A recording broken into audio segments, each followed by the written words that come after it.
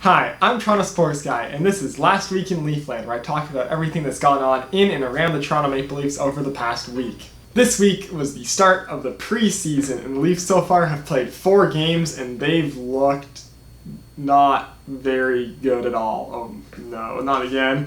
Back-to-back losses against the Ottawa Senators in St. John's and then in Ottawa. And then, a 3-0 win in Toronto against Buffalo. And then last night, a 5-3 loss to Buffalo. So things have been starting off quite a little rough. However, that's okay. It's the preseason. It doesn't mean anything. In the past, the Leafs have been great in the preseason, and it hasn't led to very much ever. So being bad in the preseason is not a death sentence. As the St. Louis Blues showed last year, being bad through the first 3 months of the season, you can still win the cup off of that. So being bad right now is not that much of an issue. It's what we do once the season starts that really matters. But enough about how bad the team has been in this preseason. Let's talk about individual players and who's been looking good. Now, besides the obvious, Auston Matthews is looking good, William Nylander's looking good, Marner's having some moments, Tavares scored a goal last night.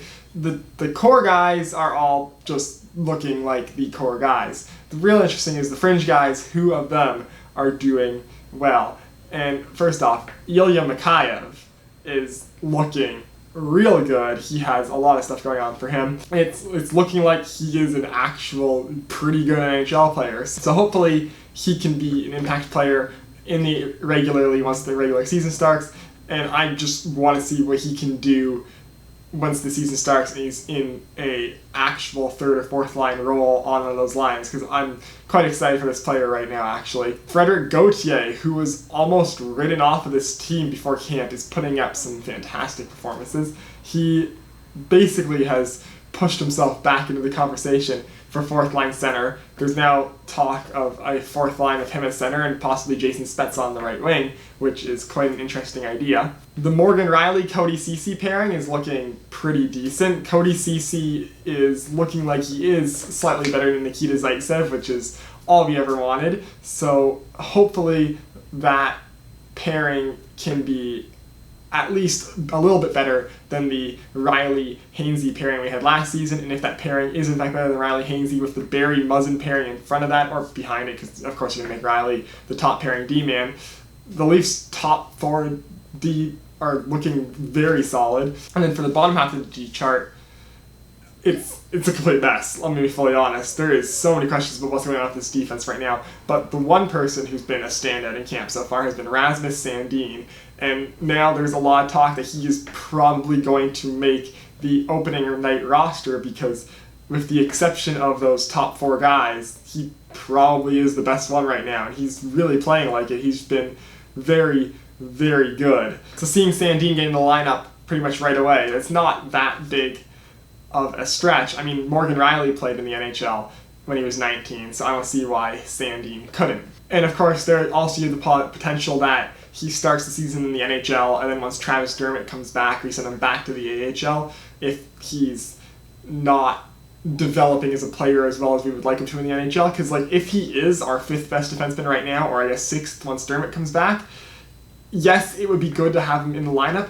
but I feel like once Dermott gets back, it's not worth sacrificing Sandin's development to have a better player there right now. Sandin and Liljegren are going to be so important to this Leafs team going forward that we can't risk their development at all for a temporary stopgap on the third pairing right now. It's not worth it. Maybe give him a month while Dermott's hurt. Yes, I agree with that 100%. But I'm not 100% set yet on whether or not a full season in the NHL is the best thing for either Sandin or Liljegren's development right now as players. For them to possibly share time while Dermott's hurt, or Sandin right now has been a better one, so maybe him take it, I'm 100% on board for that. They both probably should get some NHL time this season. I'm just not quite sure that a full season in the NHL is the right call for either of them just yet. And moving on to the only piece of cuts news for this week, Brandon Halverson was sent down to the Marlies. He was a goalkeeper who was on a tryout with the team, and Kazimir Kaskisuo was placed on waivers. So 2 goaltenders both cut out of the backup goalie race right away.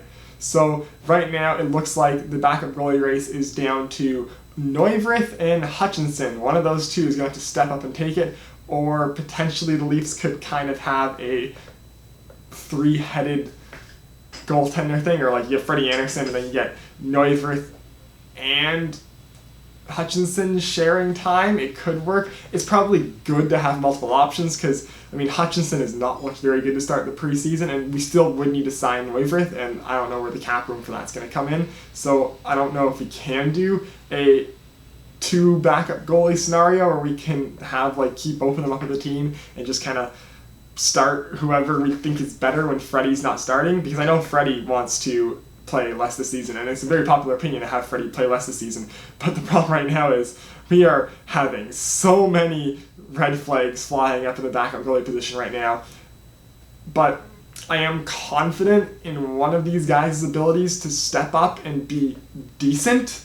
I mean, right now the Leafs offense is hopefully good enough that you can have a goalie who lets in a bad goal, but your offense will be good enough to carry you through it. I mean, look at last year, Louis Domingue in Tampa had like a .906 save percentage and won 21 out of his 26 games. That right there, he's on waivers right now and no one picked him up. Domingue is not an incredibly good goalie in the NHL, but he was just on a team that was offensively gifted enough that they were able to carry him through not being very good. So hopefully the Leafs can be good enough offensively that we're able to not play Freddie every game and not worry about it, because we know that if a goal that wouldn't have been let in if Freddie was in net gets let in, we can still have our offense score us out of it.